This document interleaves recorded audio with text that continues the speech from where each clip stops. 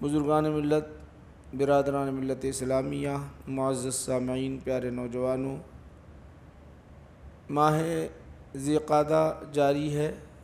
اس کو ہمارے دکن میں اس مہینے کو بندہ نواز کا مہینہ بھی کہتے ہیں۔ اب یہ ذہنوں سے، نوجوان ذہنوں سے ختم ہوتا جا رہا ہے۔ آپ دکن کے علاقے میں جہاں کہیں بھی جائیں گے تو کون سا مہینہ ہے؟ بندہ نواز کے مہینے میں شادی کا اہتمام کریں گے۔ اس طرح عورتوں میں پہلے کے 50 سال سے زائد 60 سال کی عمر کے جو لوگ ہیں ان سے پوچھو، بندہ نواز، مہینہ بندہ نواز میں کرنا ہے معاملہ۔ یہ بہت زیادہ رائج، اتنا رائج ہے، آپ جائیں گے تو اگر ان کو ذی القعدہ بولے تو سمجھ بھی نہیں آئے گا۔ جو پہلے والوں کو اگر پوچھیں گے ذی القعدہ کون سا مہینہ ہے تو نہیں پہچان سکے، بندہ نواز کا مہینہ بولیں گے لوگ۔ اتنا مشہور ہو چکا تھا، اب وہ تو ختم ہوتا جا رہا ہے آہستہ آہستہ۔ اس کی وجہ کیا ہے انشاءاللہ اس کو ہم سمجھیں گے۔ ایک بات، بندہ نواز سے اتنا زیادہ مشہور کیوں ہوا، وجہ کیا ہے، ایک بات۔ دوسری بات، اس مہینے میں بندہ نواز گیسو دراز سید محمد الحسینی رحمۃ اللہ علیہ، دکن کے قطب، جو دکن میں انہوں نے اصلاح کی ہے ہمارے ایمان کی بقا کے لیے، وہ بہت بڑی نعمت ہے۔ یاد رکھو نوجوانوں، امام بخاری نے بھی، آپ کہیں گے کہ یہ مولانا نے موضوع کا انتخاب کیا حدیث کے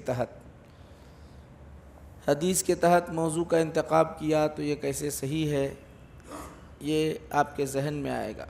آپ غور کرو کہ امام بخاری علیہ الرحمہ نے کتاب المناقب بول کے ذکر کیے ہیں، صرف حدیثیں نہیں لائے۔ مناقب کہتے ہیں سیرت کو، صحابہ کی سیرت کو لائے انہوں نے، تابعین کی سیرت کو لائے ہیں انہوں نے، ان کے احوال کو ایک باب چاپٹر ہی قائم کیا انہوں نے، کتاب المناقب، مناقب قریش، اس طرح ہر ایک کے حالات، مناقب بلال، مناقب ابن عباس، مناقب خالد بن ولید، اسی طرح مناقب فلاں فلاں فلاں فلاں، پورے جتنے ایک باب، ایک چاپٹر، ایک عنوان، یہ سب قائم کیا ہے، سب کے حالات۔ کیوں؟ وجہ کیا؟ اسلام کی جو سپہ سالار رہے، اسلام کی بقا کے لیے انہوں نے جو کد و کاوش کی ہے، جو محنتیں جستجو جو انہوں نے کی، اس کو محفوظ کیا امام بخاری نے۔ کیوں محفوظ کیا؟ دیکھو، یہ ایسے ہیں، یہ صحابہ، تابعین، تابعین، یہ ایسے ہیں، اس طرح صحابہ کا تذکرہ انہوں نے کیا، کئی صحابہ کا ذکر یہاں پر انہوں نے کیا، الگ الگ نام لے کر، حضرت بلال سے لے کر حضرت ابو ہریرہ سے لے کر، یہ سب کا نام انہوں نے ذکر کیا۔ تو یہ حدیث کے خلاف نہیں ہے۔ یہ اس سے ہوتا یہ ہے کہ اپنے بزرگوں کا تذکرہ کرنا، اولیاء کا ذکر کرنا، یہ اللہ کی سنت اور رسول اللہ کی بھی سنت ہے، ہمارے آقا نبی کریم صلی اللہ علیہ وسلم کی بھی سنت ہے۔ حضور نبی کریم صلی اللہ علیہ وسلم بنی اسرائیل کے امت کے جو اولیاء ہوتے تھے ان کا ذکر آپ فرمایا کرتے تھے، تذکرہ کیا کرتے تھے۔ یوشع بن نون کا آپ نے تذکرہ کیا۔ یوشع بن نون ایسے عابد و زاہد تھے، رات میں بھی نفل عبادت کرتے، دن میں روزہ رکھتے اور جہاد کے لیے کھڑے ہوتے۔ اسی طرح رسول کریم صلی اللہ علیہ وسلم نے پچھلے زمانے کے جتنے اولیاء مخصوص ان کا نام لے لے کر آپ نے ذکر کیا۔ یہ تو حضور کی سنت بھی ہوئی۔ اللہ کی سنت اس معنی میں ہے کہ اللہ سبحانہ وتعالیٰ نے اپنی صورتوں کے نام اولیاء کے نام پر رکھا، جیسے سورہ مریم ہے، اصحاب کہف ہے، سورہ کہف ہے۔ اس طرح یہ جو نام ہیں یہ شریعت سے ہٹ کر نہیں اولیاء کا تذکرہ کرنا، یاد رکھ لو۔ یہ بنیادی قاعدہ آپ کو بتاتے ہوئے آگے بڑھ رہا ہوں۔ یہ قاعدوں کو پہلے ذہن میں رکھو، کیونکہ اس زمانے میں صرف آپ سے سوال کیا جاتا ہے کہاں انہوں نے قرآن پیش کیا، کہاں انہوں نے احادیث شریفہ پیش کیا، یہ باتیں ہوتی ہیں۔ یہ باتیں ہوتی ہیں، اس لیے میں آپ حضرات کے سامنے بتا رہا ہوں تاکہ آپ کا ایمان مضبوط سے مضبوط تر ہوتا جائے۔ اہل سنت والجماعت کے جتنے مسائل، جتنے جو ہے اذکار، جتنے احکام ہیں، سب کے سب قرآن اور احادیث شریفہ کے عین مطابق ہیں، قرآن اور احادیث شریفہ سے ہٹ کر کوئی چیز نہیں ہے۔ اب آؤ، بندہ نواز کا مہینہ جو کہتے ہیں، اصل میں ایک جو ہے نسبت ہوتی ہے، نسبت بہت زیادہ مشہور ہو جاتی ہے۔ جیسا کہ آپ غور کرو، حضرت ابو ہریرہ رضی اللہ تعالیٰ عنہ کا نام کیا ہے؟ یہاں کتنے بیٹھے ہوئے ہیں، بلکہ محدثین میں خود اختلاف ہوا، ان کا نام ہے ہی نہیں ہے۔ حضرت ابو ہریرہ کا نام یہ نام نہیں ہے، نہیں ہے حضرت ابو ہریرہ کا۔ کسی نے کہا کہ ان کا پہلے نام جاہلیت میں عبد شمس تھا، کسی نے کہا کہ عبد الرحمن، کسی نے کہا عبد الرؤوف۔ کون؟ ہم میں نہیں، خود جو ہے بڑے بڑے جلیل القدر محدثین کے درمیان ان کا نام ہے کیا؟ لقب کنیت جو مشہور ہو گئی ان کی، ان کو جو لقب ملا تو ایسی مشہور ہو گئی کہ ساری دنیا اب ابو ہریرہ ابو ہریرہ ابو ہریرہ ابو ہریرہ ابو ہریرہ ابو ہریرہ، ساری دنیا بول رہی۔ اس کی وجہ کیا ہے؟ اس کی وجہ ایک نسبت ہے، ان کو نسبت جڑ گئی، نسبت جڑ گئی، وہ معاملہ خود بہت بلند و بالا ہو گیا۔ کوئی اعتراض نہیں کرتا ابو ہریرہ کہنے میں، کوئی اعتراض نہیں کرتا، نہ وہ اعتراض کرتے ہیں، نہ کوئی زمانہ اعتراض کرتا، نہ اس پر کوئی بحث و مباحثے ہوتے۔ ابو ہریرہ کہتے ہیں، ذہن میں ایک بات آتی ہے کہ سب میں زیادہ اگر کوئی حدیث بیان کرنے والا ہے اسلام میں تو فرد واحد حضرت ابو ہریرہ رضی اللہ عنہ، یہ ذہن میں آتی ہے بات۔ اتنے صحابہ، جلیل القدر صحابہ گزرے، مگر سب سے زیادہ فضیلت جو ملی حضرت ابو ہریرہ کو حدیث بیان کرنے میں ملی، محدثین کے اندر سب میں زیادہ حضرت ابو ہریرہ کو وہ نسبت جڑی ہوئی تھی۔ ایک تو نسبت حضرت ابو ہریرہ کی یہ ملی، آپ غور کرو اتنا زیادہ بیان کیوں کرتے تھے، وجہ کیا تھی؟ یہ نبی کریم صلی اللہ علیہ وسلم کی خاص عطا تھی، یہ تو نسبت ایک اپنی جگہ تھی۔ جتنے صحابہ ہیں وہ اللہ نے ان کو حافظہ دیا تھا، اس حافظے پر وہ احادیث شریفہ بیان کرتے رہے۔ اللہ نے ان کو جو حافظہ دیا تھا اس حافظے پر وہ اپنی حدیثیں بیان کرتے رہے۔ مگر حضرت ابو ہریرہ کو جو اللہ نے حافظہ دیا تھا اس پر اللہ کے رسول نے اضافہ کیا، حضور نے جو اضافہ کیا، اس لیے ان کا حافظہ اتنا قوی سے قوی بنا، سب میں زیادہ وہ حدیثیں بیان کرتے ہیں، سب میں زیادہ۔ دربار رسالت میں عرض کرتے ہیں، یا رسول اللہ، بخاری شریف میں آتا ہے، یا رسول اللہ آپ کی باتیں سنتا ہوں، ادھر سنتا ہوں ادھر بھول جاتا ہوں، ادھر سنتا ہوں ادھر بھول جاتا ہوں، ادھر سنتا ہوں ادھر بھول جاتا ہوں۔ آقا نے فرمایا جب آیا ہی ہے مانگنے کے لیے تو سن، میں تجھے دے دیتا ہوں۔ آپ نے یہ نہیں کہا کہ جاؤ دعا کرو، اللہ سے مانگو، اللہ دینے والا ہے، دربار خدا میں ہاتھ اٹھاؤ، یہ نہیں کہا۔ ہاں قرآن بھی کہہ رہا ہے اللہ سے مانگو، رسول اللہ بھی فرما رہے ہیں اللہ سے مانگو۔ اللہ شہ رگ سے قریب ہے۔ کوئی اہل سنت والجماعت اس بات کا انکار نہیں کرتا کہ خدا سے مانگنا کوئی کمی ہے، نہیں، خدا سے ہی مانگنا ہے، خدا سے ہی مانگنا ہے، خدا ہی دیتا ہے، یہ عقیدہ ہمارا ہے۔ مگر حضرت ابو ہریرہ دربار رسالت میں آئے اور آ کر عرض کرتے ہیں، یا رسول اللہ بخاری پڑھو، پڑھتے چلے جاؤ، آپ کو معلوم ہوگا۔ حضور نے ارشاد فرمایا، اب میں تمہیں اپنی چادر، ایک روایت میں آتا اپنی چادر پھیلاؤ، ایک روایت میں آتا ہے کہ اللہ کے رسول صلی اللہ علیہ وسلم نے چادر میں کچھ پڑھا، پڑھنے کے بعد فرمایا کہ یہ اپنے سینے سے لگاؤ۔ اس وقت حضرت ابو ہریرہ کہتے ہیں، خدا کی قسم پہلے یاد کرتا تھا، بھول جاتا تھا، مگر جب سے اللہ کے رسول نے مجھے عطا فرما دیا ہے تب سے کوئی چیز میں بھولتا نہ ہوں، یاد کرتا ہوں، ذہن میں محفوظ ہو جاتی ہے۔ بتاؤ میرے بھائیو، کیا یہ شرک ہوا؟ اگر یہی چیز میں آپ سے پوچھنا چاہتا ہوں، اللہ ہی دینے والا، حافظہ کوئی حافظہ ٹھیک ہے، یہ روپیہ پیسہ ہے، میری سکت ہے، دے رہا ہوں، اللہ دو بولا دے رہا ہوں، مگر یہ حافظہ جو ہے، حافظہ حفظ کی جو صلاحیت ہے، خدا کے سوا کوئی نہیں دے سکتا۔ ذات باری تعالیٰ کے سوا کوئی نہیں دے سکتا، یہ طبعی چیز ہے انسان کے اندر۔ تو اس وقت ایسے سمے میں اللہ کے رسول نے یہ نہیں کہا جاؤ اللہ کے دربار میں 2 رکعت نماز پڑھو، اللہ سے دعا مانگو تمہیں مل جائے گی یہ نعمت، نہیں، بلکہ اللہ نے جو آپ کو نعمت عطا فرمائی، وَأَمَّا بِنِعْمَةِ رَبِّكَ فَحَدِّثْ، جو اللہ نے آپ کو يُحِلُّ وَيُحَرِّمُ عَلَيْهِمُ الْخَبَائِث وَيُحِلُّ لَهُمُ الطَّيِّبَاتِ وَيُحَرِّمُ عَلَيْهِمُ الْخَبَائِث، وہ نبی شان والا نبی حلال چیزوں کو حلال کرتا ہے، حرام چیزوں کو حرام کرتا ہے۔ یہ ضمیر جو یحلو کی جو ضمیر جا رہی ہے، ہوا کی جو ضمیر جا رہی ہے، وہ اللہ کے رسول صلی اللہ علیہ وسلم کی طرف جا رہی ہے۔ وہ حلال کرنے والے، وہ حرام کرنے والے نبی، ہم نے ان کو حلال و حرام کرنے والا بنا کر بھیجا دیا۔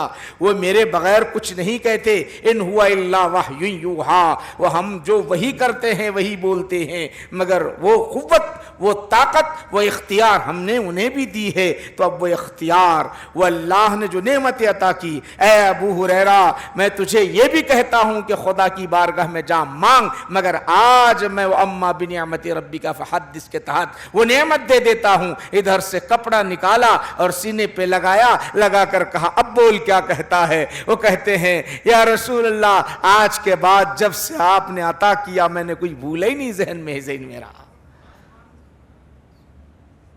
غور کرو، سب سے زیادہ حدیث بیان کرنے والے، بتاؤ میں آپ سے پوچھنا چاہتا ہوں یہاں پر بیٹھنے والوں حضرت ابو ہریرہ کا نام کیا ہے؟ تو کسی نے کہا عبد الرحمن، کسی نے کہا عبد الشمس، جاہلیت میں عبد الشمس تھا۔ اب نام ابو ہریرہ کون کیوں یاد کرتے ہیں؟ نام ہوتا تو نام تو وہی آپ پڑھنا چاہیے، وہی یاد کرنا چاہیے، ان کا نام لینا چاہیے۔ نہیں، نسبت جڑ گئی اللہ کے رسول سے، وہ بلی سے کھیلنے لگے، ہریرہ کہتے ہیں بلی کو، ابو ہریرہ، تو اللہ کے رسول نے کہا یا ابا ہریرہ، اے بلی سے کھیلنے والے، تو وہ نسبت جڑ گئی، حضور کے زبان سے نکلا، اب ساری دنیا انہیں یاد کرتی ہے، ابو ہریرہ سے یاد کرتی ہے۔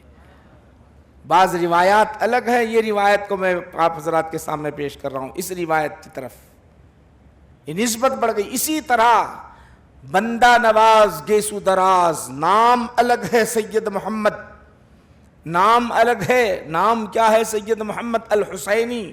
حسینی اس لیے کہتے ہیں کہ 22 واسطوں سے آپ کے دادا، پر دادا، سکڑ دادا، اس کے پر کے دادا، دادا سے دادا، اس طرح 22 جد آپ کے جو ہوتے ہیں، یہ جو نسبت جو جڑی ہوئی ہے سیدنا علی کرم اللہ وجہہ سے لے کر امام حسین تک، 22 واسطوں تک آپ کا یہ سلسلہ پہنچتا، اس لیے آپ کو حسینی کہتے ہیں۔ حسینی، سید محمد الحسینی، بندہ نواز گیسو دراز، اور بہت سارے القابات ہیں، میں ادھر گئے بغیر آج میں 2 القاب پر آپ کی توجہ مرکوز کرتے ہوئے حضرت کی سیرت پیش اس لیے کر رہا ہوں۔ آج کے دور میں ہم کو کرنا کیا ہے، زندگی گزارنا کس طرح ہے، اپنے اولیاء کا ذکر اس لیے ہم کرتے ہیں تاکہ ہم اپنے اعمال کی اصلاح کر لیں، ہم اپنے اعمال کی اصلاح کر لیں، اور اشتیاق دین پیدا ہو، اشتیاق اسلام پیدا ہو، اشتیاق رب پیدا ہو، خدا کی احکام، خدا کے احکام پر مر مٹنے کا جذبہ پیدا ہو، اس لیے ذکر کرتے ہیں یہ تذکرہ یاد رکھ لو۔ اور روح میں تازگی پیدا ہو، روح میں تازگی پیدا ہو، کیسی پیدا ہوتی ہے؟ ان کی سیرت کو پڑھنے سے معلوم ہوتا ہے، مختصر، زیادہ نہیں آپ حضرات کے سامنے۔ بندہ نواز گیسو دراز، میں آپ کو بتانا چاہتا ہوں آج بھی اگر آپ جائیں گے کرناٹک میں، کرناٹک کے چھوٹے چھوٹے گاؤں میں چلے جائیں گے، ان عورتوں سے 50 سالہ یا 60 سال سے اوپر جو عورتیں ہیں، مرد ہیں، ان سے پوچھو بندہ نواز کا مہینہ ہے، بولیں گے ذو قاعدہ کا نہیں معلوم ہے ان کو بندہ نواز کا مہینہ ہے، بولیں گے۔ اگر پہلے اور جائیں، آپ پہلے جائیں تو ان لوگوں کو معلوم ہی نہیں تھا کہ ذو قاعدہ ہے، بندہ نواز ہی چلتا تھا۔ مگر آج ہمارے پاس حیدرآباد میں علم بہت بڑا پھیل گیا، اب بندہ نواز کا آہستہ آہستہ ماحول دیکھ رہے ہیں آپ کدھر کیسا کیسا بدلتا جا رہا ہے۔ ایک تعلق جڑا ہوا ہوتا ہے، وہ تعلق کا فائدہ کیا ہوتا ہے میں آپ کو وہی بتاؤں گا انشاءاللہ العزیز۔ آئیے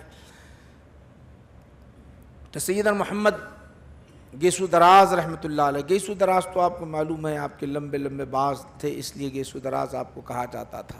سادات ہیں، یہ نسبت بہت بڑی ہے. سادات کی نسبت جو ہے، سید کی جو نسبت آپ سے جڑی ہوئی ہے وہ بہت بڑی نسبت ہے. کیوں کہہ رہا ہوں؟ اس لیے کہہ رہا ہوں کہ اللہ کے رسول صلی اللہ علیہ وسلم نے ارشاد فرمایا، یہ دنیا میں ایمان کی تکمیل جبھی ہوگی سید کے ذریعے سے ہوگی. ایمان کی تکمیل سید کے ذریعے سے. دنیا کی فنا اسی پر ہوگی، سید پر. دنیا میں ایمان کی تکمیل اسی پر ہوگی. حضرت عیسیٰ آئیں گے، امام مہدی آئیں گے، وہ سادات سید ہوں گے، تو اس وقت سارے کے سارے مسلمان ہوں گے، کوئی کافر وافر نہیں ہوں گا. سارے کے سارے ایمان کی تکمیل. جب یہ دنیا سے رخصت کر جائیں گے، دنیا ختم، برخاست، دنیا ختم. سادات کی اتنی اہمیت ہے، سادات کی اتنی. امام مہدی آئیں گے، مہدی علیہ الصلوۃ والسلام آئیں گے. حضور نے ارشاد فرمایا میری فاطمہ کی ذریت سے ہوں گے، وہ فاطمہ کی ذریت سے ہوں گے. اسی لیے سادات کی اہمیت. امام حسین رضی اللہ تعالیٰ عنہ تک 22 واسطوں سے آپ کا جو ہے سلسلہ نسب پہنچتا ہے. سید امام حسین، سید محمد گیسو دراز بندہ نواز رحمۃ اللہ علیہ کا. اب یہ گیسو دراز آپ کو معلوم ہوا، یہ ہم سے کتنے سال پرانا زمانے کا واقعہ ہے. اس کو بھی ذہن میں رکھ لے. یہ دکن پر ان کا بڑا کرم ہے، دکن پر ان کا بڑا کرم ہے. اگر آپ دیکھیں گے ہندوستان کے اندر اولیاء کرام نے جو کام انجام دیے ہیں، سب سے پہلے اگر کارنامہ، سب سے بڑا کارنامہ اگر چشتیہ سلسلے کے دیکھیں گے، خواجہ غریب نواز رحمۃ اللہ علیہ اجمیری رحمۃ اللہ علیہ، سب جانتے ہیں. خواجہ انہوں نے درخت لگایا ایمان کا، اسلام کا، پھیلتا اور پھولتا گیا. اس کے بعد جو دور آئے اولیاء آتے گئے، کام کرتے گئے، علماء آتے گئے، کام کرتے گئے، دین پھیلتا گیا، دین پھیلتا گیا، دین پھیلتا گیا، خوب پھلا پھولا بڑھتا پھیلتا گیا. ایک دور آیا اکبر دین الہی قائم کر دیا، وہاں ضرورت تھی اس دین کو ختم کرنے کی، اللہ تعالیٰ نے مجدد الف ثانی کو پیدا کر دیا. مجدد الف ثانی آئے. پھر اس سے پہلے بندہ نواز گیسودار مجدد الف ثانی کا دور تو 400 سال آئے. اس سے پہلے زمانے میں بگاڑ آ گیا، ایسا بگاڑ آ گیا، ایسا بگاڑ ہو گیا کہ بادشاہ خود جو ہے شریعت سے ہٹے ہوئے رہے. مسلمانوں کی حکمرانی تھی. تو خواجہ بندہ نواز گیسو دراز رحمۃ اللہ علیہ نے دکن میں جو کام کیا ہے اس کی نظیر نہیں ملتی. دکن میں جو آپ نے فیض پھیلایا اس کی نظیر نہیں ملتی. آپ جس زمانے میں پیدا ہوئے، سن 721 ہجری کا زمانہ، اور اللہ سبحانہ و تعالیٰ نے آپ کو اتنی عمر عطا فرمائی تھی. 104 سال آپ کو عمر عطا، 100 سال سے زائد. نبی کریم صلی اللہ علیہ وسلم کے دربار میں عرض کیا گیا، یا رسول اللہ صلی اللہ علیہ وسلم، سب سے بہتر اللہ کے پاس کون سا شخص ہے یا رسول اللہ؟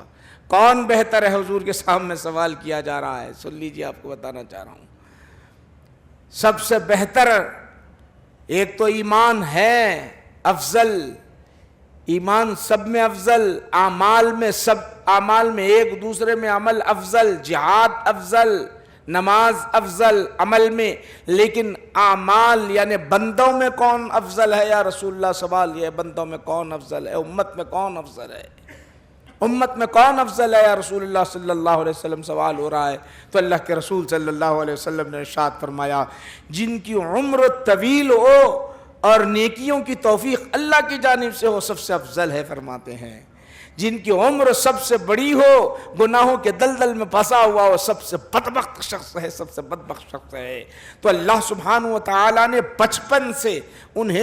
بچپن سے وہ صلاحیت ان کے اندر ودیت کر رکھی تھی. بچپن سے ہی للہیت آپ کے اندر تھی. بچپن ہی سے آپ نماز، روزے، زکوٰۃ، اسلام کو ایسے تھامے ہوئے تھے. اگر آپ سنیں تو آپ تعجب ہوگا کیا وہ آپ کی زندگی بچپن کیسا پیارا گزرا ہوا ہے. ذرا غور کرو. اور کیسے آپ کی پرورش ہوئی.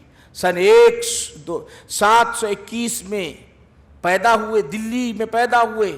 پھر آپ دولت آباد آ گئے تھے. بادشاہ کیسے حالات تھے، حکمرانی عجیب سی تھی بادشاہوں کی، ان کے خواہشات الگ الگ ہوتے ہیں. تو پھر دولت آباد آئے. 7 سال کی عمر میں والد گرامی، جن کا نام سید راجے نام ہے، سید یوسف حسینی رحمۃ اللہ علیہ، انہیں راجے کہتے ہیں. راجے ہمارے پاس فارسی بہت رائج تھی اس زمانے میں، بہت زیادہ رائج تھی. ان کو راجے، فارسی سے راجے، رائج تھی سے اس سے نہیں، راجے ان کو مشہور تھا نام. سید راجے رحمۃ اللہ علیہ کہتے تھے. 10 سال کی عمر میں والد گرامی کا انتقال ہوا. جب پھر دوبارہ دولت آباد سے پھر دلی چلے گئے. دلی میں آپ بچپن ہی میں قرآن حافظ، ابتدائی علوم سے جب فارغ ہوئے، ابتدا کی آپ کو بات بتانا چاہتا ہوں. آج ہمارے بچوں کا حال کیا ہے اور ان کی پرورش کیسی ہے، ذرا غور کرو. یعنی گیسو دھراز رحمۃ اللہ علیہ، ان کی پرورش کا حال کیا ہے جانتے ہو؟ آج ہمارے بچوں کی پرورش کا حال کیا ہے؟ والد گرامی کا تو انتقال ہو گیا، آپ کے نانا محترم، وہ بھی سادات نظام الدین اولیاء رحمۃ اللہ علیہ کے مرید خاص. آپ کے نانا نظام الدین اولیاء رحمۃ اللہ علیہ کے مرید خاص. تو اب ہوا کیا، نانا پرورش کرتے ہیں تو کیسی پرورش کرتے ہیں؟ نواسی کی پرورش صرف اور صرف ذکر کرتے ہیں تو نظام الدین اولیاء رحمۃ اللہ علیہ کا، ذکر کرتے ہیں تو خواجہ نصیر الدین چراغ دہلوی رحمۃ اللہ علیہ کا. اللہ والوں کا تذکرہ کر رہے ہیں، ان کے سامنے صرف اللہ والوں کا تذکرہ کر رہے ہیں، صرف ان کا ذکر اس طرح کرتے ہیں کہ بیٹا ان کی تہجد اس طرح ہوتی ہے، ان کے اشراق کا معاملہ ایسا ہوتا ہے، ان کے نمازوں کی حالت یہ ہوتی ہے، ان کے روزوں کی کیفیت یہ ہوتی ہے، اور ان کی عبادتوں اور ریاضتوں کا حال یہ ہوتا ہے. ان کے حالات صرف اور صرف اٹھتے ہیں، بیٹھتے ہیں، کھانا بھی کھا رہے ہیں تو خواجہ نظام الدین اولیاء اس طرح کھاتے ہیں. خواجہ نظام الدین اولیاء رحمۃ اللہ علیہ بسم اللہ پڑھ کے کھاتے ہیں. یہ جو تربیت ذہن میں بیٹھ گئی، بات ذہن میں بس رس گئی، تو اب خیال ادھر ادھر نہیں جاتا. اب ہمارے بچوں کا خیال کدھر جاتا ہے؟ سوائے موبائل کے، سوائے گندے چیزوں کے، سوائے خرافات کے، سوائے دنیا داری کے اور کچھ نہیں جاتا، کیونکہ ہم نے ماحول ہی وہ دیا ہے انہیں.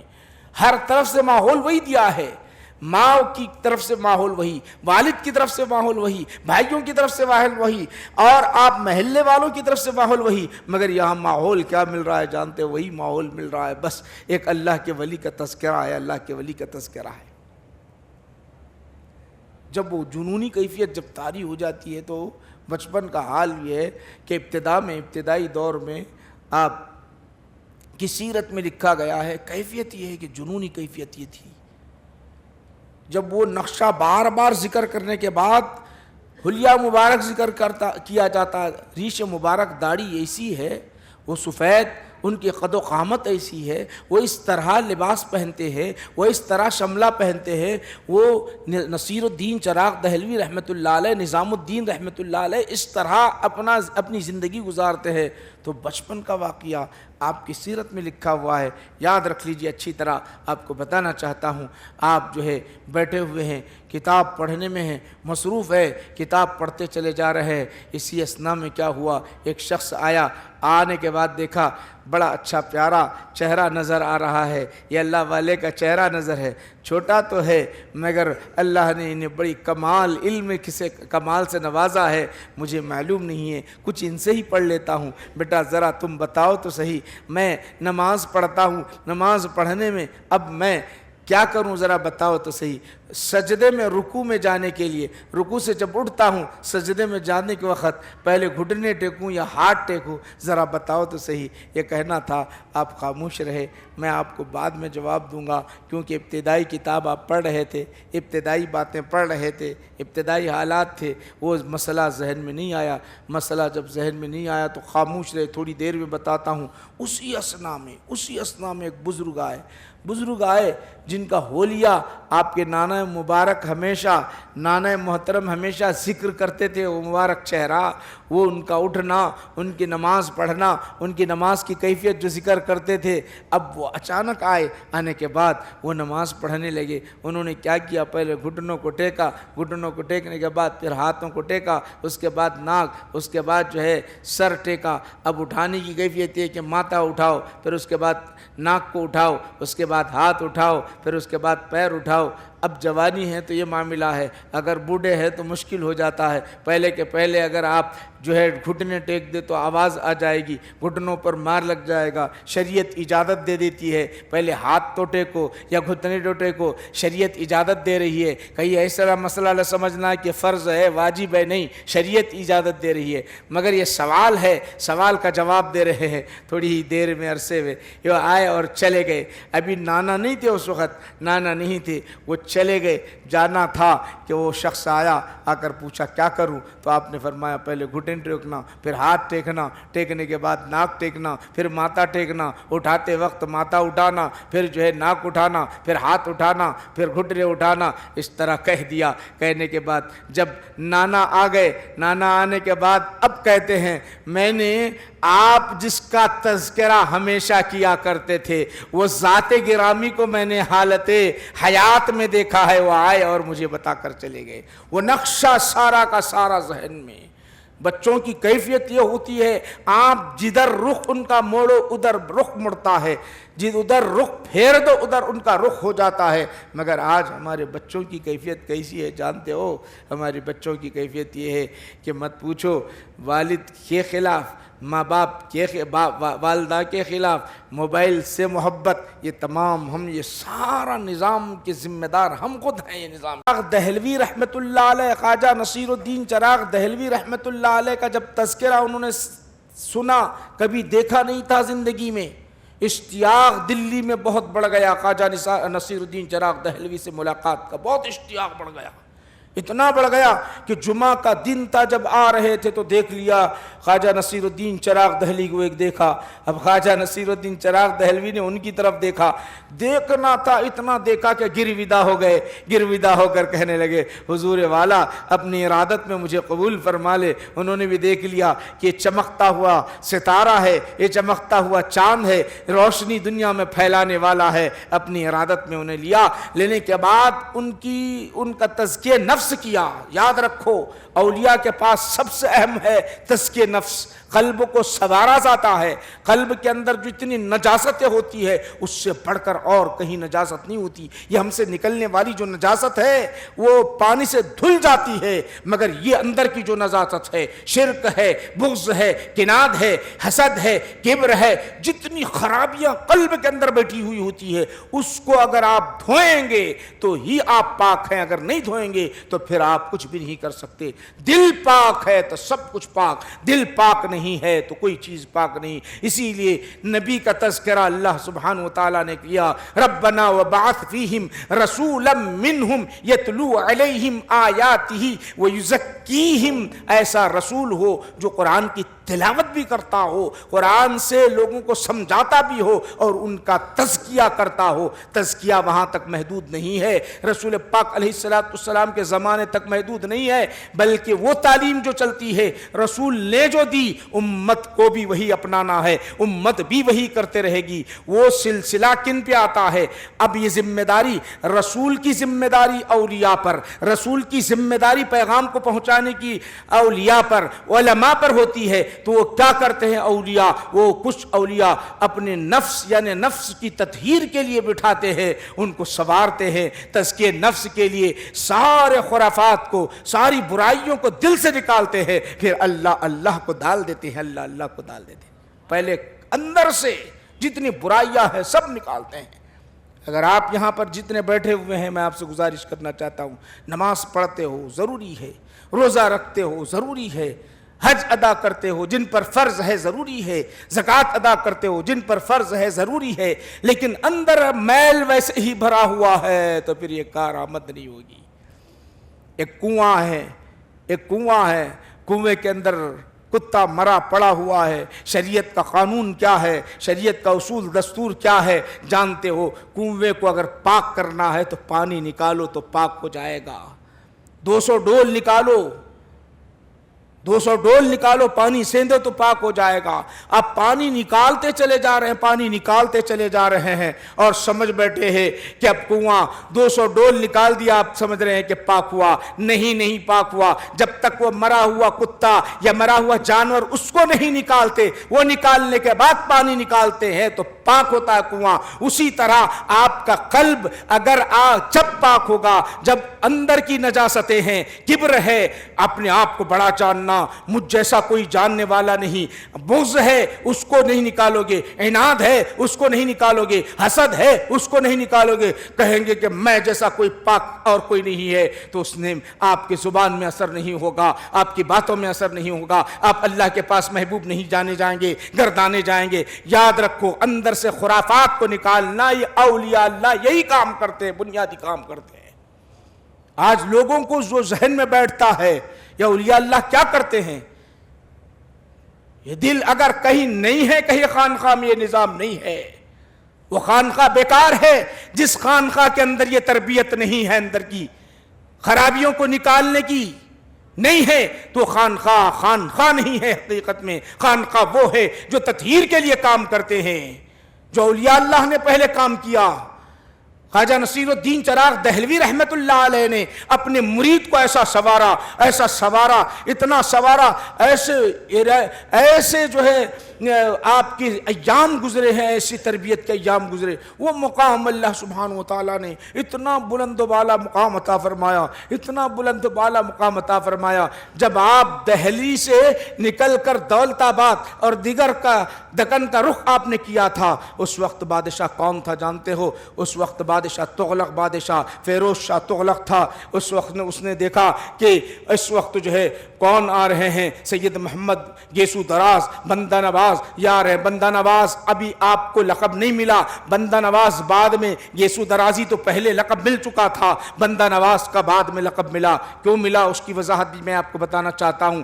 ہوا یہ کہ جانتے ہو, جب آنے لگے تو بادشاہ نے دیکھا کہ اللہ کے ولی کو پکڑنا ضروری ہے, ان کے دامن کو تھامنا ضروری ہے, ان کے دامن کو تھامے بغیر ترقی روحانی سکون میسر ملنا مشکل ہے. اس طرح فیروز شاہ تغلق نے کہا آؤ, آپ آؤ, آنے کے بعد ہمارے لیے آپ آئیں گے تو ہمارے لیے بہتری ہے. بادشاہ ہے, وقت کا بادشاہ ہے, سلطنت اس کی ہے, حکمرانی اس کی ہے, معمولی بات نہیں ہے, دنیا کے اعتبار سے بے حساب دولت. ہاں یہ ہے عظیم. اب یہ ہے اللہ کے ولی کہتے ہیں, اللہ کے ولی کے دربار میں خود آیا, استقبال کیا, استقبال کرتے ہوئے آپ یہاں پر رکیے. آپ نے اس کی دولت کو نہیں دیکھا, آپ نے اس کی شہرت کو نہیں دیکھا, آپ نے اس کے آرام کو نہیں دیکھا, یہ سب نے کچھ بھی نہیں دیکھا.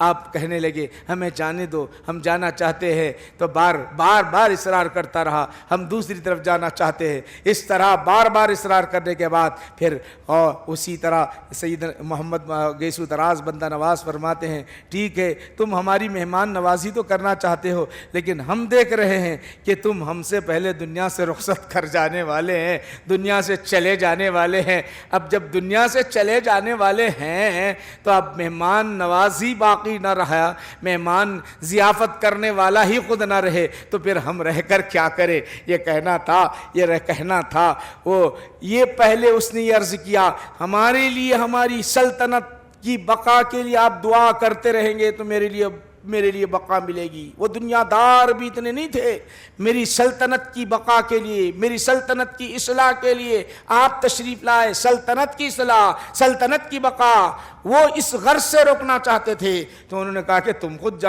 چلے جاتے ہو. تو پھر بادشاہ نے کہا کہ اب میری عمر کم ہے, میں پہلے کے پہلے 10 سال پہلے دنیا سے جانے والا ہوں, دنیا سے 10 سال پہلے ہی جانے والا ہوں. تو اب جب اتنا سب کچھ اللہ کی جانب سے معلوم ہوا ہے تو رب کائنات کے دربار میں ذرا دعا تو کر دے تاکہ میری عمر دراز ہو جائے, میری عمر دراز ہو جائے. اس طرح یاد رکھو, اس طرح یہ معاملہ ہوا. آپ نے ارشاد فرمایا ٹھیک ہے میں کل بتاؤں گا. پھر مراقب ہوئے, رب کائنات کے دربار میں دعا مانگی. آپ نے یہ نہیں کہا کہ آپ فوراً مسترانی کہے, رات تمام کیسے بیتی اللہ ہی بہتر جانے, وہ بندہ نواز گیسو دراز ہی بہتر جانے. رات میں مصلی پہ کھڑے رہے, دعائیں مانگتے رہے. دعا کی قبولیت ہوئی, آ کر کہا کہ ہم رکنے کے لیے تیار ہے, اللہ نے تمہاری عمر دراز کر دیا ہے ہماری دعا کی وجہ سے. اللہ والے وہ ہوتے ہیں جب دعائیں کرتے ہیں تو دعائیں مقبول ہوتی ہے. حدیث پاک میں آتا ہے عمر درازی کیوں ہوتی ہے جانتے ہو؟ آپ پڑھو احادیث شریف، ترمذی شریف اٹھا کر دیکھ لیجئے. حضور نے ارشاد فرمایا مال خرچ کرو عمر میں اضافہ ہوگا، دعائیں مانگو عمر میں اضافہ ہوگا، دعائیں مانگو عمر میں اضافہ ہوگا. آپ بولیں گے مولانا یہ کہاں سے لا رہے ہیں؟ آپ جانتے ہو بخاری شریف پڑھو. اس سے پہلے بتا دیا ہوں، وقت ٹائم نہیں ہے اس لیے بتانا چاہتا ہوں. واقعہ بخاری شریف میں اللہ کے رسول نے خود ارشاد فرمایا 3 لوگ جو ہے غار میں رکے ہوئے تھے، غار کا منہ بند ہو گیا، موت آ کر گھیر لیا. اب کوئی نکال نہیں سکتا تھا، کوئی بچا نہیں سکتا تھا. نہ بچنے کی کوئی امید تھی، نہ بچنے کی کوئی امید تھی، ظاہری طور پر کوئی امید نہیں تھی. تو تینوں نے کہا کہ اپنے اچھے اعمال کو یاد کرو اور دعا کرو، دعا کرنے کی وجہ سے ہم نکل جائیں گے.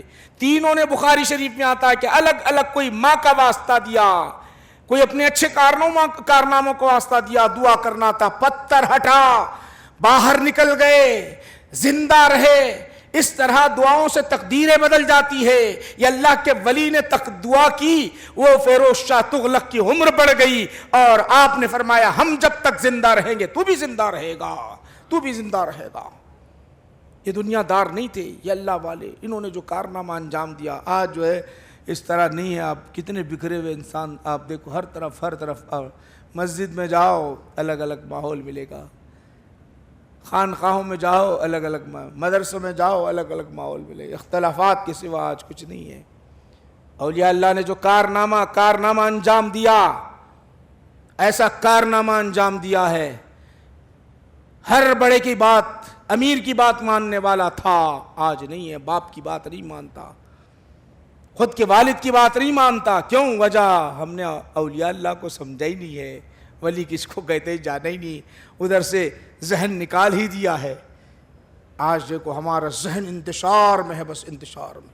نماز بھی پڑھتا ہے تو منتشر ہے، عبادت بھی کر رہا ہے تو منتشر ہے، حج کے لیے بھی گیا ہے تو منتشر ہے.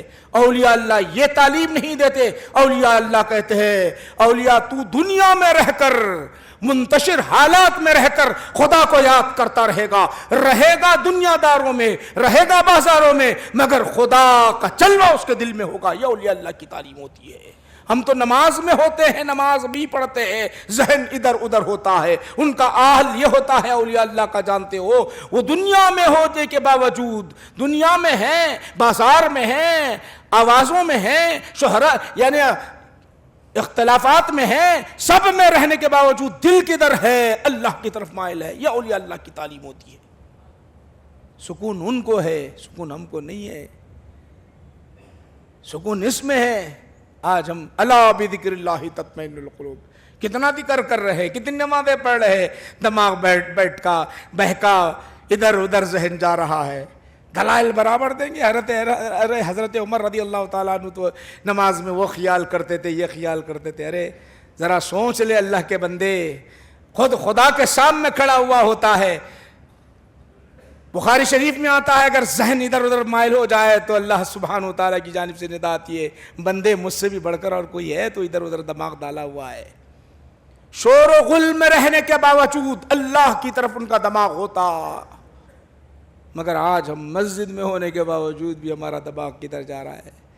دونوں میں بڑا فرق ہوتا ہے، دونوں میں بڑا فرق ہوتا ہے. اسی لیے یاد رکھو کہ اللہ کے رسول صلی اللہ علیہ وسلم نے ارشاد فرمایا عالم اور جاہل میں اتنا بڑا فرق ہے.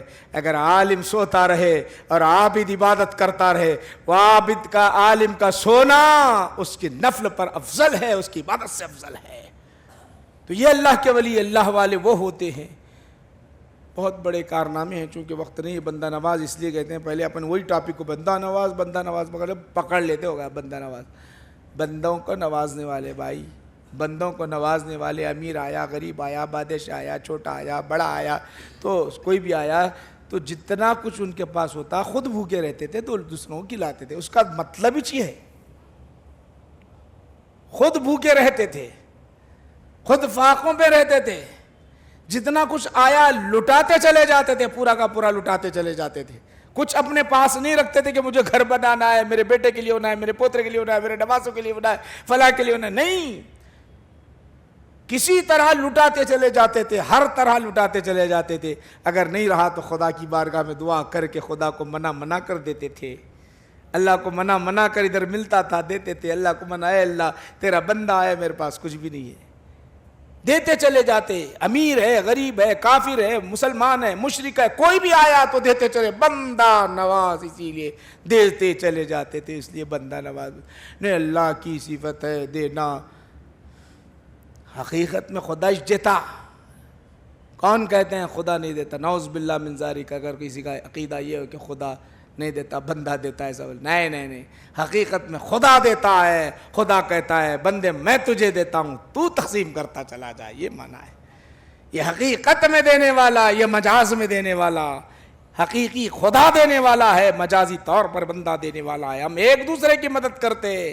بڑا بھائی چھوٹے بھائی کی مدد کرتا ہے، چھوٹا بھائی بڑے بھائی کی مدد کرتا ہے. اس طرح یہ سلسلہ چلتے رہتا ہے میرے بھائیو. اسی لیے آپ کو بند نواز گیسو دراز کا معاملہ یہ ہے کہ بال آپ کے طویل تھے اور سید تھے. آپ یاد رکھو کہ آپ کی زندگی ایسی پاکیزہ زندگی گزری. دنیا آپ کی کوئی دنیا طلبی آپ کے اندر تھی نہیں. ان کو تربیت ایسی ملی. بس ہمارے بچوں کی تربیت بھی ہم ویسی کرنا چاہیے، ایسی کرنا چاہیے. اللہ والوں کے واقعات بیان کرتے جانا. بچے جو ہے ہمارے بچے وہ جو سیریلاں دیکھتے نا، سیریل کی بجائے ٹی وی کے بجائے اللہ والوں کے واقعات سناتے چلے جانا. آپ جانتے ہو آج کیا ہو رہا ہے معلوم ہے؟ آج ہر طرح سے ہندوستان میں کوشش یہ کی جا رہی کہ مسلمانوں کو کافر بنا دیا جائے. ہر طرح سے، یہاں تک کہ جتنے مسلمان جیلوں میں ہیں نا، جیلوں میں ان کو اکٹھا کر کے ایک جمع کر کے مسلمان کافر سب کو جمع کر کے اب ایک پنڈت کو لایا جاتا. وہ اپنی مذہب کی اشاعت کرتا ہے، اپنی مذہب کی اشاعت کرتا ہے. اب وہ بیچارہ جیل میں رہنے والا، مرڈر کرنے والا، چوری کرنے والا، اس کو کیا معلوم اسلام کو پڑھا ہی نہیں. تو ہمارا دھرم ایسا ہے کہ کسی کو مارنے سے منع کرتا ہے. گو ہتیا حرام، فلاں کرنا حرام، فلاں کرنا یہ جائز نہیں. کیا کسی کو مارنا درست ہے؟ کیا کسی کو اس طرح کی ذہن بناتے ہوئے مسلمانوں کو کافر بنایا جا رہا. ہم کیا کر رہے ہیں؟ ہم تو آپس میں لڑے. کہاں تک گھسے ہوئے یہ لوگ؟ ہر جگہ گھسے ہوئے. ایک ڈرا کر گھسے ہوئے، ایک اندر سے سازش چل رہی ہے. آپ جاؤ دیگر ریاستوں میں اذانیں نہیں ہو رہی ہے.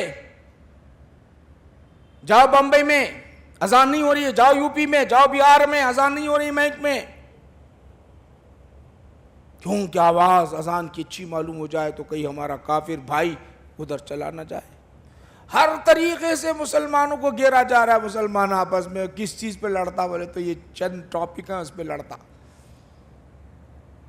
گستاخیوں اور بے ادبیوں پر پڑا ہوا ہے بس. اس کے سوا اور کوئی چارہ نہیں میرے بھائیو. غور کرو ذرا، ہم کس ٹاپک پہ ہم کو کام کرنا ہے اس وقت، کس عنوان پر ہم کو کام کرنا ہے. ہر مسلمان کی ذمہ داری ہے یہ، ہر مسلمان کی ذمہ داری ہے یہ. اپنے اسلاف خاص کر میں آپ کو بتانا چاہتا ہوں، ان کے تعلیمات کو اٹھاؤ. خواجہ اجمیری رحمت اللہ علیہ کے تعلیمات کو اگر عام نہیں کریں گے تو آپ ہندوستان میں پھر کچھ بھی کام نہیں کر سکتے. یاد رکھو، کچھ نہیں کر سکتے آپ. کروڑوں مسلمان ہیں، اس لیے خواجہ اجمیری کا دین ہے. مجدد الفسانی کی تعلیمات کو عام نہیں کریں گے آپ کچھ نہیں کر سکتے، تبلیغ نہیں کر سکتے. مسلمانوں میں انتشار پیدا کر سکتے ہیں. یہ فاتحہ دیتا ہے، یہ فاتحہ نہیں دیتا ہے، سلام پڑھتا ہے، یہ سلام نہیں پڑھتا ہے، یہ رفع یدین کرتا ہے، یہ رفع یدین نہیں کرتا. جتنی جماعتیں نکالیں گے اتنا اختلافات ہوتے چلے جائیں گا. یاد رکھو، جتنی جماعتیں پیدا ہوگی اتنا اختلاف پیدا ہوگا. اصلاح کے طور پر جب تک آپ تعلیمات اولیاء اللہ کے، خواجہ اجمیری رحمت اللہ علیہ، مجدد الفسانی رحمت اللہ علیہ، خواجہ بندہ نواز گیسو درات رحمت اللہ علیہ، ان کے تعلیمات کو نکالو اور انہوں نے کس طرح امت کی تربیت کی، دین کو پھیلایا، وہ تعلیمات کو عام کرو گے تو کام ہوگا، ورنہ نہیں تو کام نہیں ہوگا. یاد رکھو، ہندوستان ہے، ہر زمین الگ، ہر ایک کا ماحول الگ. یہ عرب کی زمین نہیں ہے، لڑنے جھگڑنے والی زمین نہیں ہے یہ زیادہ. یہاں اپنا سکہ چلتا ہے برابر، مگر سوچ سمجھ کر سکہ چلاؤ، ورنہ نہیں تو بڑی مشکل ہو جائے گی. اللہ کے دربار میں دعا کرتا ہوں کہ پروردگار عالم اولیاء کے صدقے میں ہم سب کی جھولیوں کو بھر دے مولا. اے اللہ ہم کو شریعت کے پابند بنا، طریقت پر چلنا آسان کر دے مولا، اے اللہ دین کی خدمت کرنے والے بنا دے، ہماری ساری پریشانیوں الجھنوں کو دور فرما دے۔ وصلی اللہ تعالیٰ علی خیر خلق سیدنا محمد وآلہ وصحبہ اجمعین والحمد للہ رب العالمین وما علینا الا البلاغ۔